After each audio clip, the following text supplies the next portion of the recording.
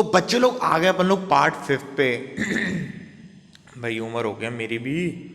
Part 5 of the Nazism, war as a way out of economic crisis. मतलब लड़ाई झगड़ा करके मतलब अपन को इकोनॉमिक क्राइसिस को ख़त्म करना है, पैसे की तंगी को ख़त्म करना ही। Hitler chose war to solve the economic crisis. Hitler ने सोचा कि अगर हमें वॉर से आज़ादी चाहिए, मतलब है ना इकोनॉमिक क्राइसिस यानी जो पैसे की तंगी उससे आज़ादी चाहिए, तो वॉर करें। In September 1939 Germany invaded Poland and they started a war with France and England. सितंबर 1939 में फिर उंगली मची जर्मनी के। जर्मनी ने किसको कब्जे में ले लिया? पोलैंड को। और किससे वॉर शुरू कर दिया? फ्रांस और इंग्लैंड से। तो जर्मनी ने किसको कब्जे में ले लिया? पोलैंड को, और वॉर शुरू कर दिया फ्रांस और इंग्लैंड से। मरेगा तो सही बेटा। इन सितंबर 1940, एक साल बाद ही, a tripartite pact was sign between Germany, Italy and Japan. एक एग्रीमेंट साइन हुआ। पता नहीं अब ये लोग क्या करेंगे, पता नहीं, पावर बन जाएंगे बहुत बड़ी। 3 पावर जुड़ गई, जर्मनी, इटली और जापान, सितंबर 1940 में। Hitler attack the Soviet Union in June 1941। भाई साहब रशिया, सोवियत यूनियन यानी रशिया, अटैक कर दिया जून 1941 में। And it was the biggest mistake. Soviet Union पर हमला करना भाई साहब गला काटने के बराबर था उसके लिए। अब वहां की army, the Soviet Red Army defeated Germany at Stalingrad. और जो वहां की आर्मी थी सोवियत की, उसने जर्मनी को हरा दिया स्टालिनग्राड में। अब मरो, अब करो। In the beginning the US remain neutral और normal in the second world war. पहले तो यूएस कुछ नहीं बोला सेकेंड वर्ल्ड वॉर में, बोला जो होता है सो होने दो। When Japan provided support to Hitler, लेकिन जब जापान ने हिटलर को सपोर्ट प्रोवाइड किया, बॉम्ब द यूएस बेस, और यूएस में बम फेंका। यूएस में कहां पे बम फेंका था ध्यान रखना, US base at Pearl Harbor. फिर तो भाई साहब यूएस सेकेंड वर्ल्ड वॉर में आ ही गया। क्यों आ गया? क्योंकि जापान ने हिटलर को सपोर्ट दिया, और इन दोनों ने एक साथ, या यूं कहो जापान ने बॉम्ब बरसा दिए। कहां पर? US base at Pearl Harbor, और फिर यूएस जुड़ गया वॉर में। The second world war ended in May 1945 with Hitler's defeat. Second world war किसकी हार के साथ खत्म हुआ? हिटलर की हार के साथ, मई 1945 में। और जापान ने भी अपने घुटने टेक लिए थे। Japan surrendered in August 1945 after the US dropped atomic bomb on Hiroshima and Nagasaki. आज तक भी वहां के बच्चे टेढ़े मेढ़े पैदा होते हैं। पहले जापान ने बम फेंका, फिर यूएस ने बम फेंका जापान के हिरोशिमा और नागासाकी पे, एटॉमिक बॉम्ब। भाई साहब बहुत बुरा असर हुआ था, मौन रखना चाहिए इस चीज़ का। तो सबसे पहली बात अपन देखें, हिटलर ने सोचा कि वॉर ही करना पड़ेगा इकोनॉमिक क्राइसिस से बाहर निकलने के लिए। और सितंबर 1939 में उसने पोलैंड को घेर लिया, और किसके साथ वॉर शुरू कर दिया? फ्रांस और इंग्लैंड। सितंबर 1940 में 40 में मतलब एक एग्रीमेंट साइन हुआ। एग्रीमेंट का बड़ा अजीब सा नाम था, tripartite pact, Germany, Italy and Japan. ओहो, हिटलर की सबसे बड़ी गलती थी ऐसे सोवियत यूनियन पर हमला करना जून 1941 में। और उसकी बहुत ज़्यादा बड़ी मिस्टेक थी। जो वहाँ की आर्मी थी उसने जर्मनी को हरा दिया स्टालिनग्राड में। पहले तो यूएस ने कहा चलने दो यार, क्या जा रहा है, सेकेंड वर्ल्ड वॉर में कुछ भी नहीं किया उसने पहले तो। लेकिन जब जापान ने हिटलर को सपोर्ट प्रोवाइड किया और बम फेंक दिए US base at Pearl Harbor में, तो यूएस ने कहा बेटा कोई मूवी थोड़ी चल रही सलमान खान की जो देखते रहेंगे, अब तो कुछ करेंगे। तो सेकेंड वर्ल्ड वॉर में एंटर हो गया यूएस। और सेकेंड वर्ल्ड वॉर ख़त्म तो हुआ, मई 1945 में हिटलर भी आ रहा, ऊपर से जापान ने भी घुटने टेक लिए 1945 में अगस्त के। क्यों? क्योंकि यूएस ने वहाँ पर एटॉमिक बम फेंक दिए थे। बहुत नुकसान था भाई, बहुत तबाही भाई साहब।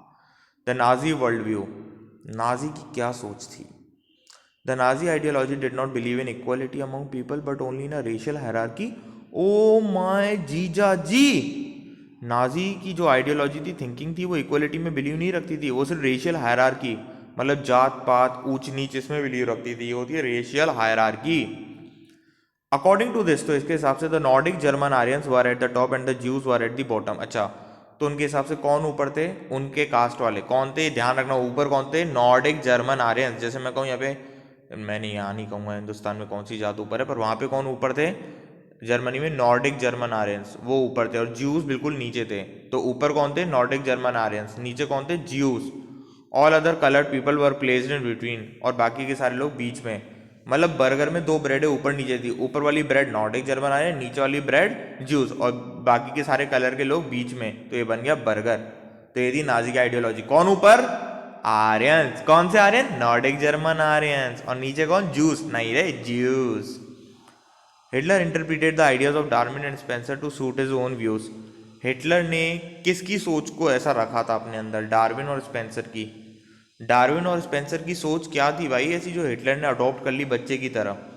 तो while Darwin and Spencer tried to explain the creation of plant and animal through the concept of evolution natural selection. भाई साहब डार्विन और स्पेंसर की सोच तो प्लांट्स और एनिमल के लिए थी कि वो कैसे बड़े होंगे, कैसे वो रहेंगे, कैसे नहीं रहेंगे, मतलब इवोल्यूशन कैसे बड़े होंगे, नेचुरल सिलेक्शन, और कैसे वो जीवित रहेंगे। कौन? प्लांट और एनिमल, ना कि ह्यूमन बीइंग। पर साले हिटलर ने उसको ह्यूमन बीइंग पे अप्लाई कर दिया। तो हिटलर किससे ज्यादा मोटिवेटेड था, डार्विन और स्पेंसर? डार्विन और स्पेंसर भी सोच रहे होंगे भाई ये पगला क्या कर रहा है, हमने तो प्लांट्स और एनिमल के लिए सोचा था, ये ह्यूमन बीइंग पे कहाँ अप्लाई कर रहा है, दिमाग खराब हो गया हिटलर भाई साहब। Hitler wanted human intervention to ensure the elimination of other races. Hitler चाहता था कि बाकी की सारी रेसें एलिमिनेट हो जाए, खत्म हो जाए। तो वो हिटलर लोगों की मदद चाहता था। तो हिटलर किसको खत्म करना चाहता था? नीचे कौन थे ब्रेड में, बताओ बताओ? ज्यूज, उनको खत्म करना चाहता था। According to him, such races were not fit for survival and should be eliminated to make place for the purest race, the Nordic German Aryan. Oh my God! उसके हिसाब से ऐसी रेसेस यानी Jews were not fit for survival, survival के लिए fit नहीं है। चाहे वो ज्यूज हो, चाहे वो बीच में जो लोग आ रहे हैं ना अलग कलर के, वो सर्वाइवल के लिए फिट नहीं है, एंड शुड बी एलिमिनेटेड, उन्हें मार देना चाहिए। टू मेक प्लेस, ताकि किसके लिए जगह बने? प्योरेस्ट रेस, प्योर जात। कौन सी जात? Nordic German Aryans. Hitler's ideology was also related to the geopolitical concept of Lebensraum और लिविंग स्पेस। हिटलर की जो थिंकिंग थी वो एक और ज्योग्राफी या जियो पॉलिटिकल कॉन्सेप्ट पर डिपेंड करती थी, वो थी लेबंसराउम। लेबंसराउम मतलब लिविंग स्पेस, मतलब उसको स्पेस चाहिए था। स्पेस चाहिए था तो वो दूसरी जगह भी कब्जा कर रहा था। तो वो कब्जा जो कर रहा था दूसरा स्पेस जो उसे चाहिए था, उस कॉन्सेप्ट को कहते हैं लेबंसराउम। तो he believed in acquiring new territories to spread the race of Nordic German Aryan. तो वो नए नए एरिया को कवर अप कर रहा था, ले रहा था, ताकि वो किसके लिए जगह बना सके? नॉर्डिक जर्मन आर्यंस के लिए। तो कुल मिला के इस पूरे नाजी वर्ल्ड व्यू में अपन ये सीखे कि वो सिर्फ किसको ऊंचा रखना चाहता था? Nordic German Aryan. और बाकी जो भी लोग हैं, चाहे वो ज्यूज हो या ऑल अदर कलर्ड पीपल, वो सारे बीच में और नीचे रहेंगे, यानी उन्हें मारना चाहता था। भाई साहब ये थी उसकी थिंकिंग।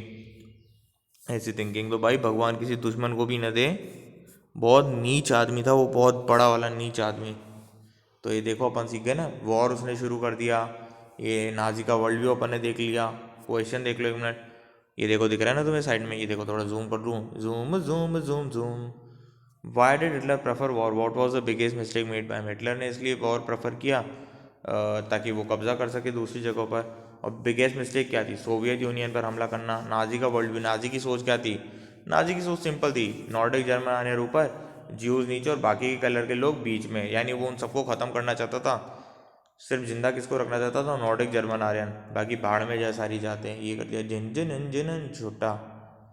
ये नीचे है अपन, establishment of the racial state.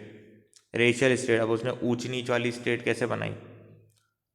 The Nazis quickly began to implement their dreams of creating an exclusive racial community of pure German. भाई साहब नाजीज अपने सपने को साकार कर रहे थे, और सिर्फ किसकी कम्युनिटी बना रहे थे, किस मतलब जगह किसके लिए बन रही थी? Pure German. और नाजीज के लिए प्योर जर्मन कौन थे? कौन था रसोड़े में, कौन था? Sir Nordic German Aryan pure थे। Yes, they did this by physically eliminating all those who were seen as undesirable. तो भाई साहब उसने क्या किया? लोगों को फिजिकली ख़त्म करने लग गया।